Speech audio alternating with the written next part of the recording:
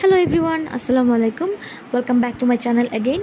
So যেহেতু সামনে ঈদ আর 1-2 দিন বাকি হয়তো বা ঈদের, তো আজকে আমি ভিডিওটি আপলোড করছি, একটু লেট হয়ে গেছে। অনেকেই জানতে চেয়েছেন যে কীভাবে আসলে হেনা স্টেইন হচ্ছে যে একদম ডার্ক হয়, বিশেষ করে কাবেরি মেহেদি দিয়ে। প্রথমে আমি আপনাদের সাথে কিছু হেনা স্টেইন বা কাবেরি মেহেদির যে ছবি ছিল সেগুলো শেয়ার করেছি। প্রথমে শেয়ার করেছি কাবেরি মেহেদি যে অরিজিনাল যেই প্যাকেজিংয়ের ছবিটা, সেটা যাতে আপনারা আইডিয়া পান এবং অথেন্টিক মেহেদিটা আপনারা কিনতে পারেন। সো অথেন্টিক হেনা বা মেহেদি কেনার পর আপনারা কিভাবে সেই কাঙ্ক্ষিত একটা হেনা স্টেইন পেতে পারেন বা মেহেদির যে গাঢ় রং পেতে পারেন, সেটাই হচ্ছে যে আপনাদের সাথে শেয়ার করব। তো এখানে কিছু মেথড থাকে, আমি আপনাদের সাথে আজকে কয়েকটা মেথড শেয়ার করছি। পরবর্তীতে আমি আরও কিছু ভিডিও আপলোড করব। আপনাদের কী প্রশ্ন থাকে আমাকে অবশ্যই কমেন্ট সেকশনে জানাবেন এবং আমার চ্যানেলটি সাবস্ক্রাইব করবেন। তো চলেন স্টার্ট করি। তো প্রথমেই এরকম একটা গাঢ় স্টেইন পাওয়ার জন্য আপনার যেটা করতে হবে সেটা হচ্ছে যে আপনাকে একটা হেনা ওয়েল আপনি ইউজ করতে পারেন। তো প্রথমেই যেটা হবে যে আপনি যদি হেনা ওয়েল ইউজ করেন তো সেই ক্ষেত্রে হচ্ছে যে আপনার মেহেদি স্টেইনটা অনেক গাঢ় হয়। তো চলেন আমি আপনাদের সাথে একটা একটা করে ধাপ শেয়ার করছি। তো প্রথমেই যেটা করবেন, মেহেদি দেওয়ার পরই তুলে ফেলার পর হাত ধোবেন না।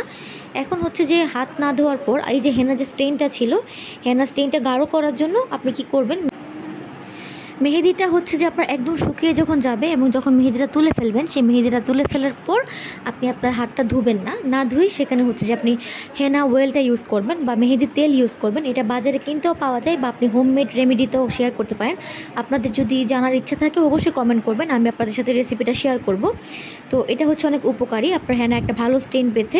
তারপর হচ্ছে চিনি এবং লেবুর যে মিশ্রণ থাকে, সেটা আপনার মেহেদি যখন অ্যাপ্লাই করবেন ঠিক ছবিতে দেখানোর পদ্ধতিতে সুন্দরভাবে যখন মেহেদিটা হালকা হালকা শুকিয়ে যাবে, তখন হচ্ছে যে আপনি এই চিনি এবং লেবুর মিশ্রণটা আপনি হচ্ছে যে অ্যাপ্লাই করবেন। এটা ঠিক তখন অ্যাপ্লাই করার চেষ্টা করবেন যখন মেহেদিটা হালকা হালকা হচ্ছে শুকিয়ে যায়, মানে অর্ধেক শুকিয়ে যায়। তারপর আস্তে আস্তে করে আমার ছবিতে দেখানো পদ্ধতিতে তুলোর সাহায্যে এভাবে অ্যাপ্লাই করবেন।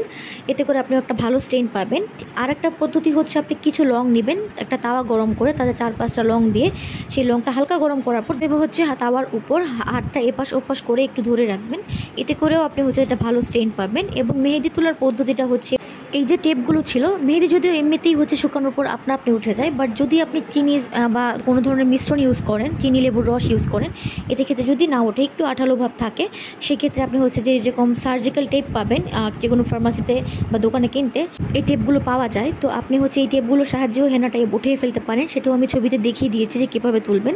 ঠিক স্টেপ বাই স্টেপ আমি শেয়ার করেছি। আশা করছি ভিডিওটি আপনাদের জন্য হেল্পফুল হবে এবং এর দ্বারা আপনারা উপকৃত হবেন এবং ঈদের আগে খুব সুন্দর হেনা স্টেইন পাবেন। তো মেহেদি থেকে একটা সুন্দর গাঢ় রং পেতে আপনারা এই পদ্ধতিগুলো অ্যাপ্লাই করুন।